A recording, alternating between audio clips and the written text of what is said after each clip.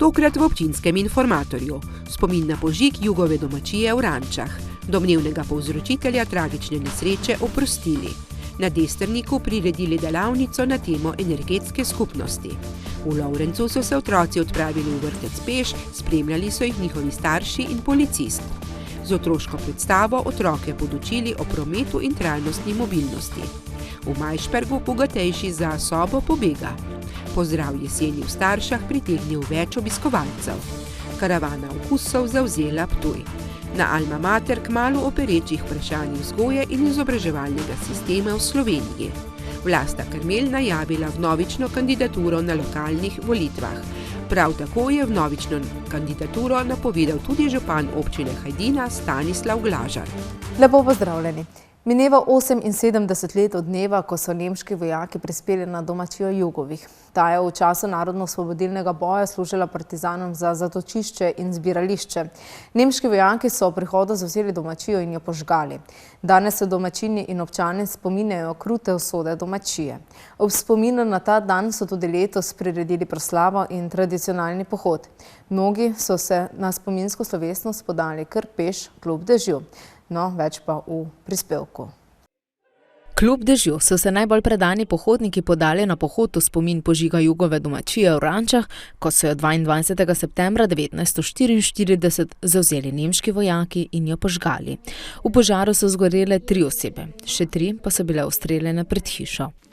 Tukaj seveda na domačiji je ostala mama z 7 otroci in v bistvu je bilo zelo težko in tudi kasneje v življenju za njih zelo težko. Pohoda so se udeležili sorodniki, med njimi tudi hčerka matere, ki je bila deležna tega grozovitega dejanja na Jugovi domačiji. Moja mama in teta sta bili kurirki in sta bili poslani, da sporočita partizanom, ki so se gibali ravno na Jugovi domačiji, da obvestita partizane, da so izdani.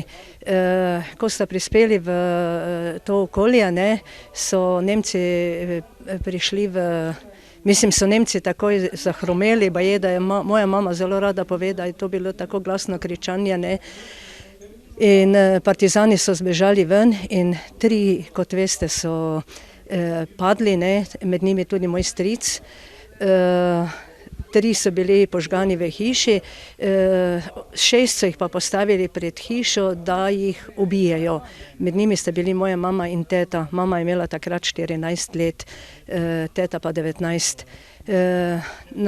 Zadnji moment je prišlo apel in da jih ne bodo ustrelili in se jih v mariborski zapor odpeljali. Tudi letos pa se je delegacija iz občin Hoče, Slivnica in Rače Fram udeležila spominske slovesnosti ter se s položitvijo venca poklonila umrlim v dogodku. Spominjamo vse dogodke, ki so se zgodili 78 let nazaj, da se ne bi ponovno ponovili, tako vsako leto tradicionalno izvedemo v naša občina Hoče, Slivnica v sodelovanju z Rače Fram, da naredimo pohod na Jugovo domačijo in se tako spomnimo in poklonimo padlim borcem. In glede na to, da se v tem času praznuje ta praznika krajevne skupnosti Fram in pa krajevne skupnosti Slivnica, so že pred leti z idejo, da bi pri Jugovi domačiji bilo skupno srečanje, na nek način naredili tisti temelj, ki ga mi sedaj samo še negujemo. Spominsko slovesnost so obeležili tudi s kulturnim dogajanjem,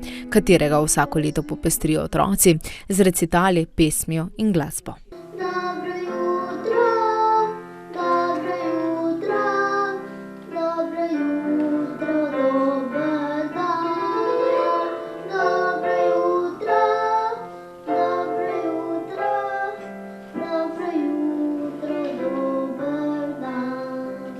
Tragedija, ki se je zgodila pri Ceršaku pred dobrimi 5 leti, je spremenila življenje številnih, predvsem staršem, ki so izgubili svojih hčerki. Pred dnevi pa jih je dočakal dodaten šok. Domnevnega povzročitelja so oprostili. Podrobnosti pa v prispevku. Aprila 2017 sta v grozljivi nesreči na cesti od Šentilja proti Sladkemu Vrhu umrli dekleti stari 18 in 19 let. Ostali sta ukleščeni v vozilu, ki je zgorelo. Tožilstvo je za obtoženega terjalo 8 let zapora. Sodišče pa je pretekli teden 24-letnika oprostilo obtožb za kaznivo dejanje predrzne vožnje v cestnem prometu. Starši so strti. Dobro, da me niso peljali. Taki občutki. grozni. Ker ne vem, pravice ni, nekaj je za tem, nekaj je, kar ni pravičnega, ne. V avtomobilu sta bili pokojni punci skupaj s fantoma Janom in Aljošo, a po dogodku nihče od njiju ni želel priznati, da je vozil. V preiskavi so sodelovali tudi izvedenci za preiskavo prometnih nesreč ter z najnovejšo tehnologijo prišli do dokazov, s katerimi so utemeljili sum, da je domnevni krivec Jan. On je baje tako rekel, da on ni vozil v bolnici, ko sta bila, ga je Jan pripečeval, da ne reče, da je on vozil. Ne. Zadeva se je na sodišču vlekla več kot 5 let. To se zavlečuje tudi zaradi tega, ker je bilo obravnave so bile predstavljene. Pridemo gor v Slovenjgrad na sodišče, odpade, 3 ali 4, kaj smo hodili za svojim gor, ne. Starši Patricije in Anje ne morejo razumeti, da se je zaključilo na takšen način in da ne bo odgovarjal nihče. Menijo, da sistem ne deluje tako, kot bi moral. Nekaj je podkupljeno tu. Že medicinski izvedenec tehta, ne morem razporediti, ne morem to, kako to? Ne vem, kaj je, kako odzadje je to, ne. To so mišmašje, za mene. Vse smrdi. Ksenija in Anton razumeta, da se nesreče dogajajo, a ne razumeta, da družinam domnevni povzročitelj niti ni izrekel sožalja, niti ni priznal krivde. Sem jaz kriva? Jaz, kaj kriva tu? Bi bilo drugače. Jaz bi drugače pristopila, pa vseeno, nesreče se dogajajo, so se dogajale. Ampak, če si kriv, prevzami krivdo, pa je to. Starši gredo naprej. Tožilstvo je že napovedalo pritožbo. Bomo šli do konca. Magari do, kaj bi rekel, do Hak. Magari na to sodišče, magari. Da vidimo, kako odzadje to je. Ne. Jaz bi tako rad, da bi miro počivale. In da bi te prišlo do tega, da bi pač konec bil enkrat. Sramota je, da ne moreta niti revice v miru počivati. Nemogoče. On pa tako lepo svobodno, lepo mu je ravno, lepo se smeje, mi pa trpimo. Želita si, da bi bil krivec obtožen in naredila bosta vse, da bosta dekleti počivale v miru. Na Destrniku so v minulih dneh priredili delavnico na temo energetske skupnosti, priložnost za občane. Na predstavitvi so med drugim izpostavili tudi primer dobre prakse, ki so izvedli v Destrniku. Gre za demonstracijski projekt sončne elektrarne in baterijskega hranilnika v vrtcu Destrnik. Podrobnosti pa v nadaljevanju. Tako so na Destrniku predstavili problem tako imenovane energetske skupnosti, ravno v času energetske krize. Ob tem pa so predstavili tudi demonstracijski projekt sončne elektrarne in baterijski hranilnik v vrtcu Destrnik. Gre za kombinacijo sončne elektrarne, baterijskega hranilnika in pa električne polnilnice. Zakaj demonstracijski projekt? Mogoče zato, ker ti baterijski hranilniki trenutno pri nas še niso dokaj razširjeni in v bistvu nekako s tem projektom nakazujemo to pot prihodno. Kot so povedali predstavniki občine Destrnik, je na projektu sodelovalo 17 partnerjev.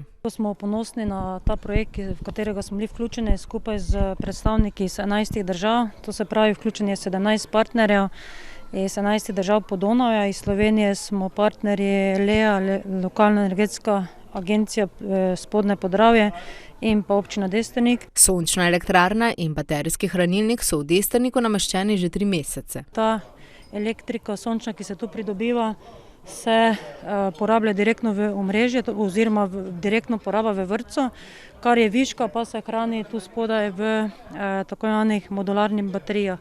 Modularne baterije to v bistvu pametna izgradnja, ker jo lahko kadarkoli tudi dograjujemo, da lahko bi povečali sončne elektrarne. Po besedah direktorice občinske uprave pa se že kažejo pozitivni učinki. V bistvu so že prihranki, ker tudi sama izgradnja je tako ena pametna inštalacija z sodobno tehniko, ker nam sama narekuje, kdaj je primerno, da se energija direktno porablja v vrtcu oziroma kdaj je pametneje, da se oziroma ceneje, da se hrani in se uporablja iz omrežja. Zagotovo pa se bo investicija obrestovala na dolgi rok, saj bodo na ta način znižali stroške porabe energije.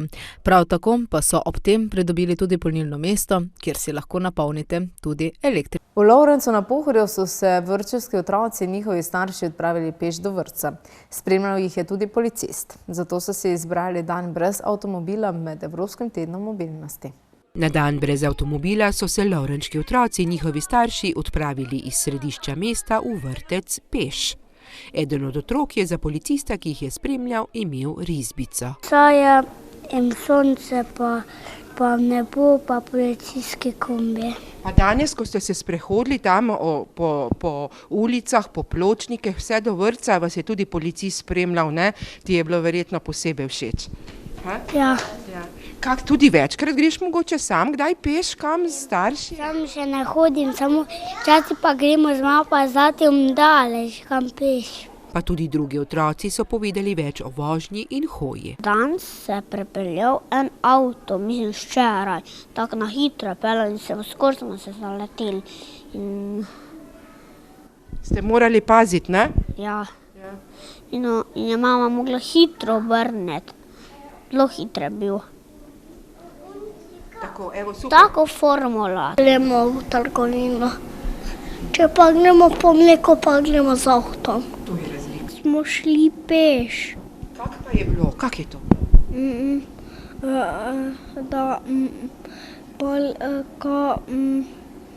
Smo že hoteli iti, so že policija prišla. Pot od ploščadi do vrtca res ni bila dolga, a dovolj nazorna, da je vzgojiteljica lahko povedala vse o varni poti in tudi o trajni mobilnosti. Že v zgodnjem otroštvu je treba otroke navajati na te navade in predvsem danes, ko smo šli ker seveda je danes tudi dan brez avtomobilov in ko smo šli danes peš vrtec, v bistvu čim večkrat bomo to ponovili, bolj bo otrokom to prišlo v navado in če primerjam od lani, ko smo imeli isto tako akcijo, ko smo se zbrali na ploščadi in smo prišli tudi peš vrtec, nas je bilo letos veliko več, tako da so že rezultati. Tudi transparente so otroci nosili, to je pa tudi verjetno neka posebna čast za njih. Vsekakor, to smo pridno ustvarjali čez cel teden, nekateri so se celo spomnili na policista, mu narisali risbico, ja. V bistvu zelo veliko se pogovarjamo na temo, kaj je to sploh trajnostna mobilnost. Torej, da otroci vedo, kakšni so pa najboljši, najbolj zdravi načini prihoda v vrtec oziroma kamkoli pač gremo. In v našem kraju je taka možnost, da lahko res se odpravimo v knjižnico, na pošto, kamorkoli peš, ker smo kar strjen kraj in na trajnostni način, ali to z skirojem ali s kolesom peš. Občinski svet za preventivno vzgojo v cestnem prometu pa ne skrbi za ozaveščanje samo v Evropskem tednu mobilnosti. Svetu za preventivo in vzgojo v cestnem prometu vsako leto naredimo celoletni načrt aktivnosti, se povežemo s šolo in vrtcem, ki bodo potekale skozi vso leto. Se pravi, še v oktobru, tednu otroka, novembru se zaključujejo dejavnosti, potem pa naslednje leto zopet nove. Že tokratni sprehod do vrtca pa je pokazal, da je zanimanje vse večje tako pri otrocih, kot tudi pri njihovih starših. V Selnici ob Dravi pa so v sklopu tedna mobilnosti na temo promet in trajnostna mobilnost za otroke iz vrtca priredili otroško predstavo Opica in kapitan Tan. Poglejmo si. Tako so naši najmlajši skozi predstavo izvedeli veliko novega o prometu in trajnostni mobilnosti. Še pred predstavo pa smo preverili, kaj vedo o prometu. Kaj pa počneš, ko prečkaš cesto? Dvigneš roko. Zakaj pa moraš dvigniti roko? Da te vsi vidijo. Zakaj te pa morajo vsi videti? Da te kdo ne povozi. A kdo ve, kaj pomeni mobilnost? Mobilnost je avto. Zelo pomembno je, da otrok že v najzgodnejših letih dobi znanje in stik, kaj pomeni ta promet in trajnostna mobilnost, so prepričani na osnovni šoli Selnica ob Dravi. Zato naši vzgojitelji zelo dobro poskrbijo, tudi s pomočjo kakšnih projektov, ki se jih udeležujemo tekom šolskega leta, z raziskovanjem okolice, z opazovanjem okolice, In taka predstava je lahko tudi pika na i, še dodatna vrednost, da učenci oziroma ta mlajši otroci, vrtčevski otroci vidijo tudi še drugačne perspektive učenja. Res dajemo velik poudarek temu in sicer pri urah rednega pouka, kjer je to v učnih načrtih, potem imamo vsebine pri razrednih urah, imamo tudi posebne dejavnosti v okviru razširjenega programa, interesnih dejavnosti, veliko pa tudi v okviru projektov. Imamo prav projekt uresničevanje trajnostne mobilnosti v osnovni šoli, pa še potem podnebne cilje in ostale pač projekte, kjer je to vključeno. In tudi to je učenje in skrb za varnost. V Sestržah so pred dobrim mesecem dni odprli sobo pobega. Obiskali smo njihovo društvo ter preverili, kako delajo ter seveda, kako izgleda njihova soba pobega. Športno-kulturno društvo Sestrže je v občini Majšperk izjemno aktivno v lokalni skupnosti. Escape room oziroma soba pobega, kino pod zvezdami in še drugi zanimivi dogodki so se v avgustu odvili pri njih. V okviru občinskega praznika vedno pripravljamo vsako društvo neko različni projekt, ki ga imamo. In zdaj smo želeli nekaj novega, nekaj, da bo čim več ljudi prišlo in smo se spomnili na escape room. Imeli smo zgoraj take super prostore, ki so bili primerni za to, tudi super ekipo, ki je sodelovala, da smo se odločili narediti escape room. Če se želite rešiti iz omenjene sobe pobega, boste imeli točno 1 uro časa. Tema našega escape rooma je Leonardo da Vinci. Torej, vsak, ki pride v sobo, mora najti njegovo najljubšo sliko, torej Mona Lizo, ker jo je ena tolpa ukradla. Pa preverim kar na lastni koži, če je pobeg zahteven. No, pa sem se odločila, da tudi jaz preizkusim tale escape room, a je tako težak, da mi ne bo uspelo pobegniti ali se vrnem do konca tega prispevka. Gremo preveriti. Priznam, da sami ne vem, če bi mi uspelo. Večinoma vedno escape room pridejo skupine. Maksimalno število je 6 ljudi, lahko tudi pride kdo sam, ampak jaz priporočam, da jih je več, ker je bolj zabavno. Drugače pa, če so predšolski otroci, priporočamo, da pridejo s starši, drugače pa so prišli tudi eni 5. razredi, tako da uživajo vsi, vsaj starosti. Povratne informacije vseh, ki so do zdaj obiskali sobo pobega, so odlične. Priznavajo, da je trud s tem poplačan. A njihovo društvo je aktivno na več področjih. Letos imamo torej okoli 50 članov, tistih uradnih, drugače še kdo drugi pride odhod drugod. Drugače imamo upravni odbor, šteje nas 11 članov, torej tako kot samo društvo pove, smo športno-kulturno društvo, torej da se ukvarjamo z športom in s kulturo. Probamo se udeleževati različnih tekmovanj, predvsem nogomet, košarka, odbojka.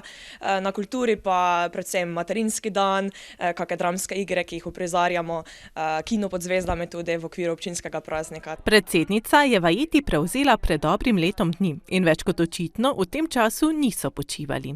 Medtem, ko nam razkaže prostore, pove, da so izjemno hvaležni za obnovo prostorov, ki jih je zagotovila občina Majšperk. Lani smo praznovali 25 let društva, tako da prej je stalo, lani je bilo čisto na novo obnovljeno, tako da prej smo imeli bolj starejše prostore, je tu stalo, ampak zdaj pa res smo v novih prostorih, nov oder, velika kuhna, tako da poskušamo to poživljati, da vse gre naprej. Vkolikor vas je ob ogledu prispevka zamikal obisk sobe pobega? To je v našem domu, torej Sestrže 23A, Google najde.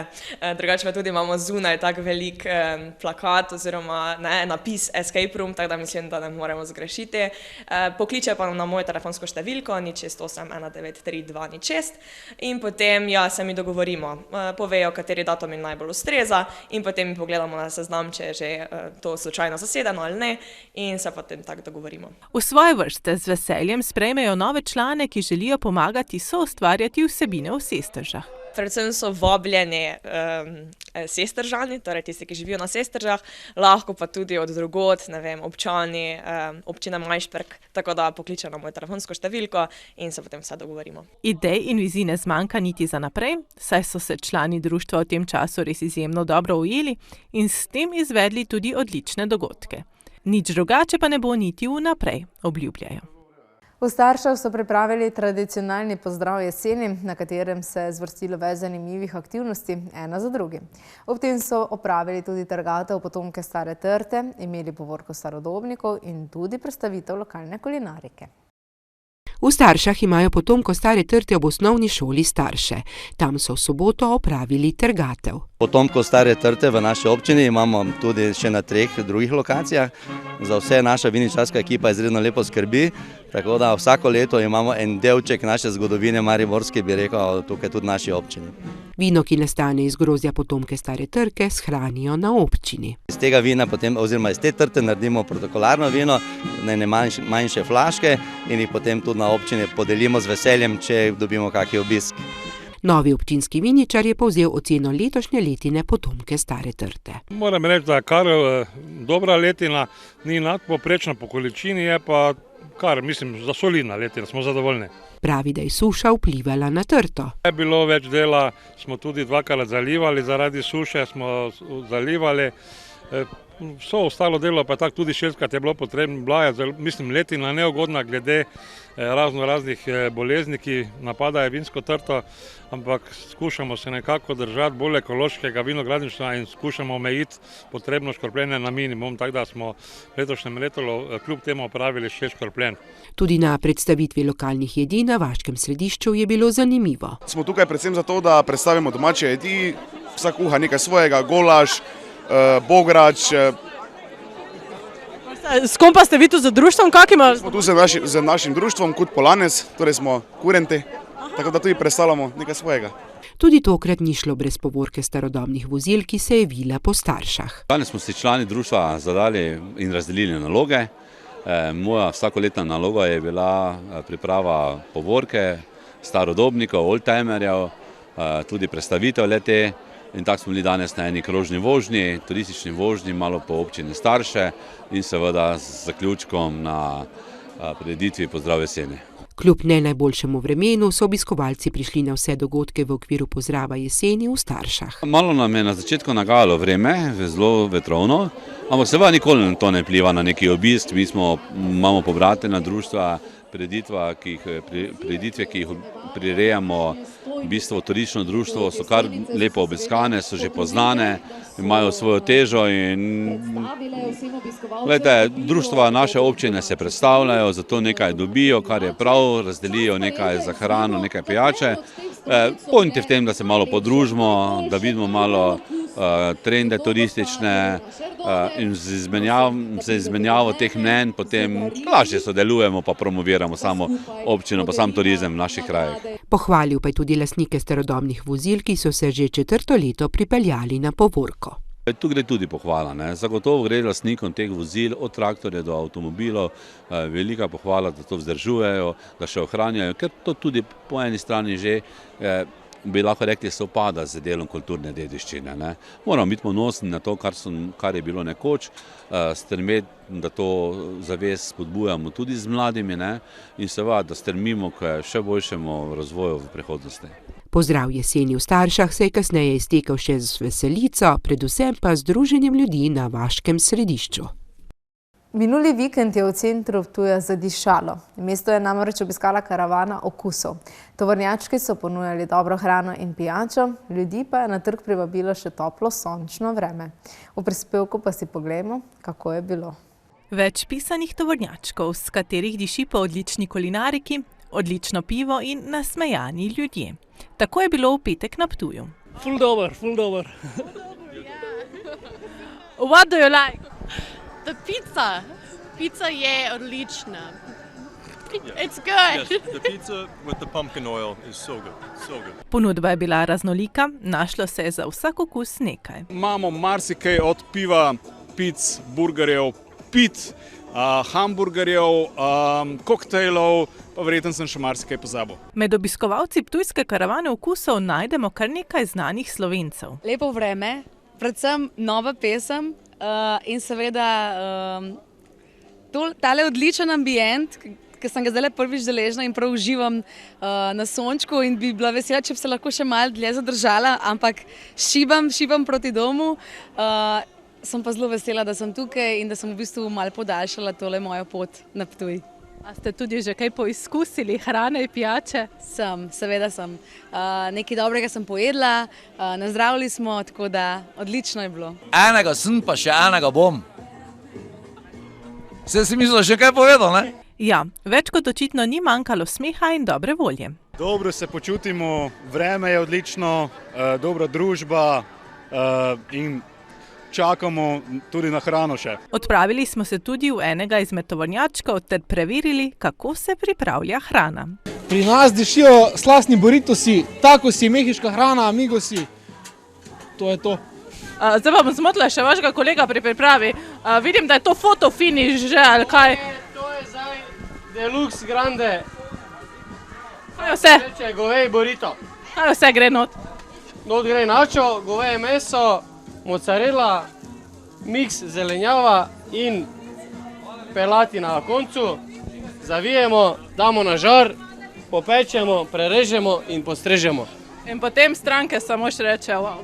Wow, delicious. To je bila sicer 8. karavana okusov letos. Po Ptuju jih lahko ujamete le še enkrat letos, in sicer v Ljubljani. Meni je itak nenavadno, ko smo začeli, to sem bil prepričan, da to že obstaja, ker je v tujini nek food truck festival že stara zgodba, ampak za Slovenijo je počitno nekaj novega, pisani tovornački, iz katerega diši vsakega nekaj drugega.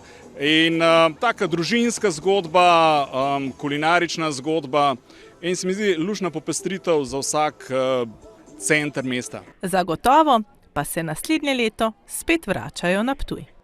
Na Alma Mater Europeam pa bodo izvedli posvet o perečih vprašanjih vzgoje in izobraževalnega sistema v Sloveniji. Strokovnjaki opozarjajo, da se cilj vzgojno-izobraževalnega procesa, ki bi moral potekati skladno z razvojem celovite, delujoče, umišljene, avtonomne in zadovoljne osebe, v veliki meri izgubil. Na Alma Mater Europeam pripravljajo online brezplačna predavanja in strokovno razpravo o okrogli mizi o najbolj perečih vprašanjih vzgoje in izobraževalnega sistema v Sloveniji, ki bo v sredo 28. septembra ob 17. Pogovarjali smo se s profesorjem, dr. Sebastianom Kristovičem, vodjem projekta holističnih vzgojno-izobraževalnih procesov in krepitev duševnega zdravja pri Javni agenciji za raziskovalno dejavnost Republike Slovenije. Vsi se zelo dobro zavedamo problematike in zmedenosti na vzgojnem področju, ki je povsem izrinjena iz šolskega sistema. Tudi starši, kar opažam pri svojem delu, so na področju vzgojnih ravnanj pogosto zmedeni in negotovi. Šola in vrtec sta v Republiki Sloveniji v veliki meri izgubila strokovno avtonomijo in integriteto. V zadnjih 25 letih se je porast duševnih bolezni zvišala za okrog 70% do 18. leta starosti. Cele generacije otrok in mladostnikov imamo zasvojene z zasloni, ogromno anksioznosti, depresij in še bi lahko naštevali.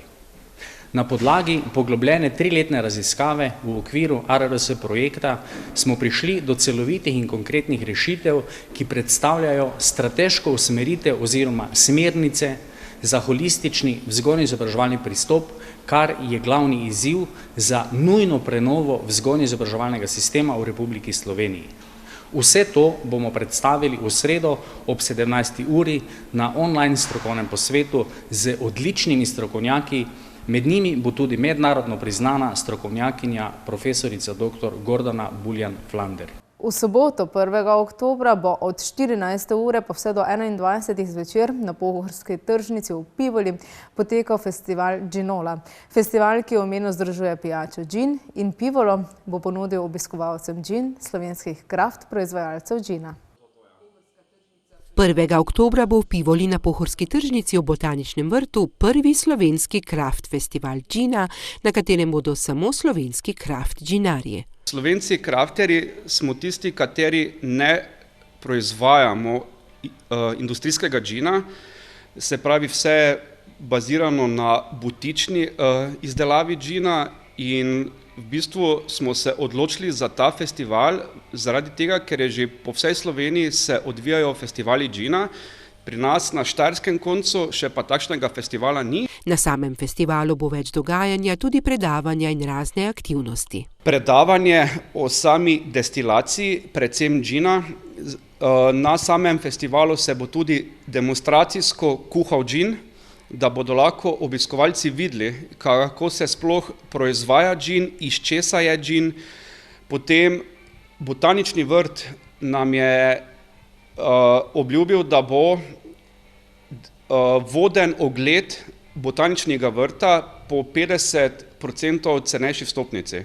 Se pravi, ni tale festival samo za ljubitelje džina, je tudi v izobraževalni namen za kako poteka destilacija, kaj je potrebno pri destilaciji paziti in da bodo ljudje, kateri so skeptiki za žgane pijače, da bojo videli, da se v Sloveniji proizvaja zelo, zelo kvalitetno žganje. Slovenski džinarji sicer dosegajo na mednarodnih tekmovanjih prestižne nagrade. Že kar nekaj slovenskih kraft destilarjev džina smo prijeli v tujini kar priznanja, kar visoka, se pravi zlata, srebrna, bronasta priznanja, in to bi tudi radi predstavili, se pravi Slovencem, da imamo tudi Slovenci krafterji zelo, zelo kvalitetne džine. Na tem festivalu bo 12 slovenskih džinarjev. Vsega skupaj nas je nekaj več, vendar zaradi majhnih serij džina ne morajo vsi priti na ta festival. Džin sicer ločimo ne samo po načinu destilacije, ampak tudi po okusu, dodatkih. Vsak destilar ima svoj okus džina. Večina destilarjev nas izdeluje džin po metodi London Dry džina. Samega džina je pa več metod, tako da vsak Slovenec ima pač, večina nas ima London Dry džin ter destiliran džin. Obstajajo še tudi navy džini, sadni džini. Sicer pa spada Lunežnik tudi med tiste destilarje, ki so na mednarodnih tekmovanjih dobili nagrado in bodo v Pivoli predstavljeni. Tu je en izmed mojih džinov, se pravi Svarog džin, hops, v katerem je pridodan slovenski hmelj. Se pravi, tale džin je dobil v Londonu zlato priznanje, bil je najboljše ocenjen slovenski džin v Londonu. Letos v tem je pridodan slovenski hmelj, to je posebnost tega džina. Potem imamo tudi džin Citra, kateri je dobil v Sloveniji zlato priznanje ter v Londonu srebrno priznanje.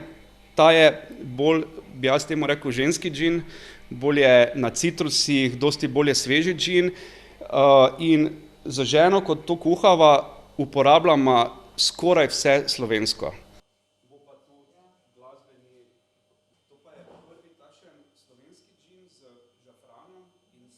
Za konec pa še k najavam kandidatov in kandidatk na lokalnih volitvah. Tudi županja občine Selnica ob Dravi Vlasta Krmelj je napovedala vnovično kandidaturo na lokalnih volitvah. Povedala nam je, zakaj se je tako odločila in kateri izzivi jo čakajo, če bo ponovno izvoljena.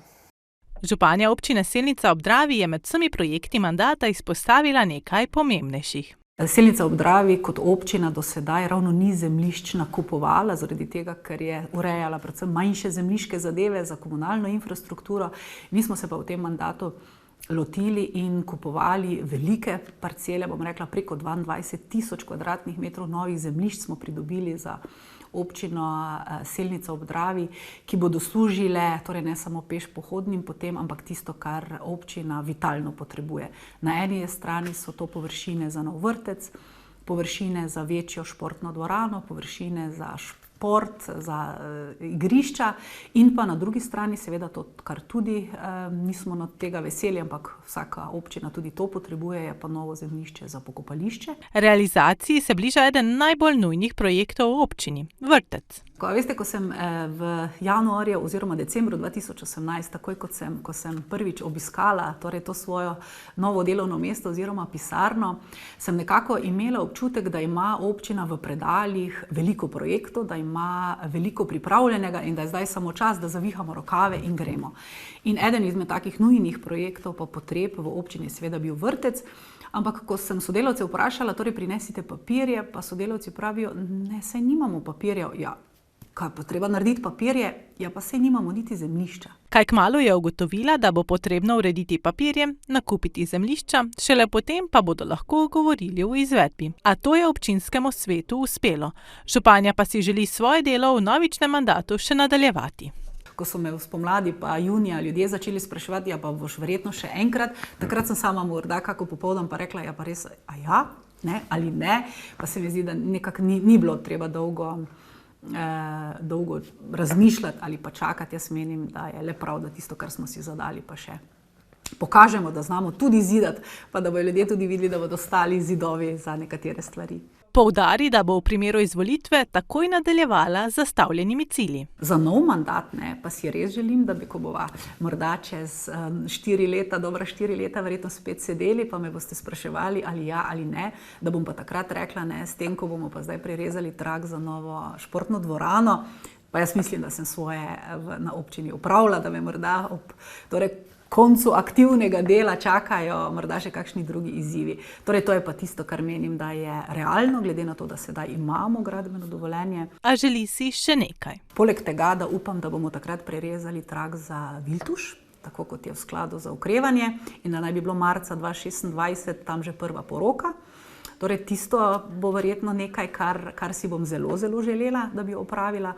In pa potem jeseni, da prerežemo še trak ali pa vsaj zakopljemo lopato za telovadnico. Torej, to je pa tisto, kar bom rekla, je neki idealni scenarij. Če se bo omenjenih izzivov lahko lotila, pa bo znano po 20. novembru, ko se bo odvil prvi krog letošnjih lokalnih volitev. Vnovično kandidaturo pa je napovedal tudi trenutni župan občine Hajdina Stanislav Glažar. Povedal nam je razloge, zakaj se je tako odločil, prav tako pravi, da se zaveda, kateri projekti ga v morebitnem novičnem mandatu še čakajo. Poglejmo si prispevek. Župan občine Hajdina Stanislav Glažar se je ozrl na projekte, ki so jih na občini izvedli v zadnjem mandatu. Opredelili naloge in seveda tudi cilje, ki želimo doseči, in zdaj vsako leto z proračunom nekako uresničujemo del te strategije. In za zadnje obdobje moram reči, da smo veliko naredili predvsem na cestnem področju. Prenovili smo kar nekaj cest skupaj z direkcijo za ceste, nekaj pa naših občinskih. Izjemno pomembno je, v lanskem letu smo tudi uredili krožišče na Zgornji Hajdini. Letos bomo ga še pa dopolnili, ker še kljub temu nismo povsem uredili hitrosti v tem krožišču. Pestro je bilo tudi na drugih področjih. Smo veliko naredili tudi na kolesarskih poteh, tudi zdaj zaključujemo še kolesarsko pot Ptuj, Hajdina, Kidričevo, Majšperk, evropska sredstva.